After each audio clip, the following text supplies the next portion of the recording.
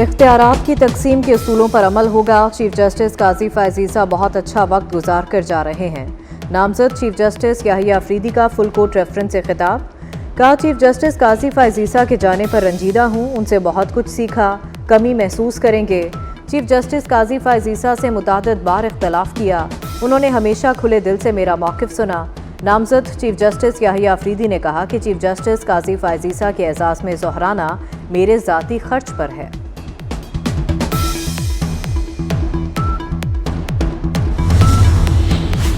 نامزد chief justice of Pakistan یحییٰ آفریدی کی تقریب حلف برداری کل صبح 11 بجے ایوان صدر میں ہوگی۔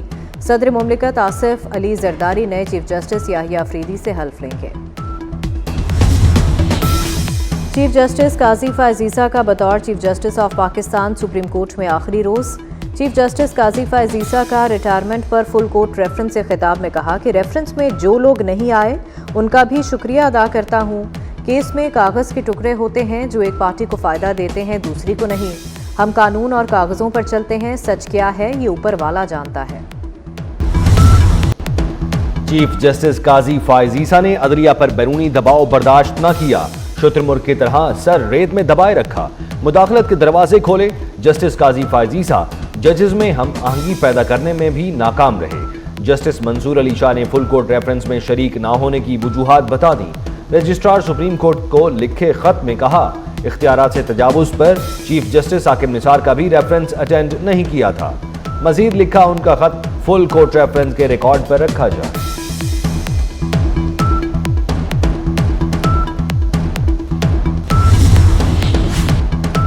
سپریم کورٹ میں چیف جسٹس قاضی فائز عیسیٰ کے اعزاز میں الوداعی فل کورٹ ریفرنس، جسٹس منصور علی شاہ، جسٹس منیب اختر، جسٹس اطہر من اللہ اور جسٹس عائشہ ملک کی عدم شرکت۔ جسٹس ملک شہزاد احمد بھی فل کورٹ ریفرنس میں شریک نہیں ہوئے۔ نامزد چیف جسٹس یحییٰ آفریدی، سپریم کورٹ کے ججز، اٹارنی جنرل اور بار کونسلرز نمائندگان ریفرنس میں شریک ہوئے۔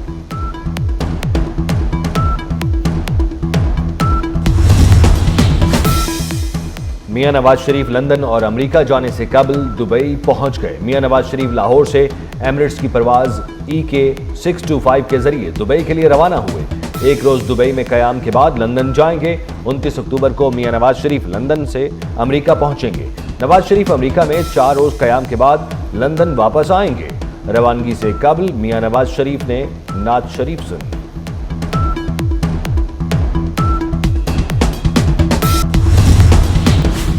بانی پی ٹی آئی کی بہنوں علیمہ خان اور عظمیٰ خان کی ضمانت منظور۔ انسداد دہشت گردی عدالت کے جج ابو الحسنات ذوالقرنین نے ضمانتیں منظور کی۔ عدالت نے 20-20 ہزار روپے مچلکوں پر ضمانت منظور کی۔ علیمہ خان اور عظمیٰ خان 4 اکتوبر سے گرفتار تھیں۔ سندھ حکومت کا سرکاری ہسپتالوں اور اسکولوں کو سولر پر منتقل کرنے کا اعلان۔ سینئر وزیر سندھ شرجیل میمن نے کراچی میں پریس کانفرنس کرتے ہوئے کہا وابڈا کی نااہلی کی وجہ سے لوگوں کی زندگی اجیرن ہو چکی ہے۔ 2 لاکھ خاندانوں کو مفت سولر فراہم کر رہے ہیں۔ سینٹرل جیل کو 1500 میگا واٹ کے سولر سسٹم نصب کر دیے۔ شرجیل میمن نے کہا کہ حکومت کی ساری توجہ عوام کو ریلیف دینے پر ہے۔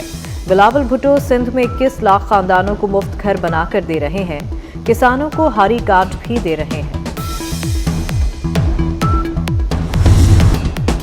پنجاب میں دہشت گردی کا بڑا منصوبہ ناکام بنا دیا گیا۔ میاں والی میں CTD اور پولیس کی مشترکہ کارروائی، 10 دہشت گرد ہلاک۔ پہاڑی علاقہ ملاخیل میں دہشت گردوں کی موجودگی کی خفیہ اطلاع پر آپریشن کیا گیا۔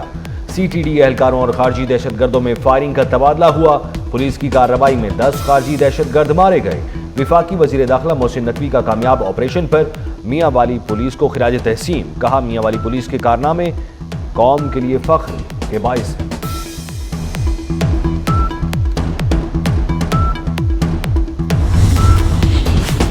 پاکستان کی IMF کو $1 ارب فنڈز دینے کی درخواست۔ وزیر خزانہ محمد اورنگزیب کی اسلامی ترقیاتی بینک کے صدر اور JP مورگن بینک کے نمائندوں سے ملاقات۔ پاک امریکہ بزنس کونسل کے وفد سے ملاقات میں امریکی کمپنیز کو سرمایہ کاری کی دعوت۔ وزیر خزانہ برطانیہ کی وزیر برائے ترقی، خواتین اور مساوات سے بھی ملے۔ برطانیہ کی جانب سے دیرپا شراکت داری کو سراہا۔ کلائمیٹ انویسٹمنٹ فنڈز میں $120 ملین کے تعاون کا خیر مقدم۔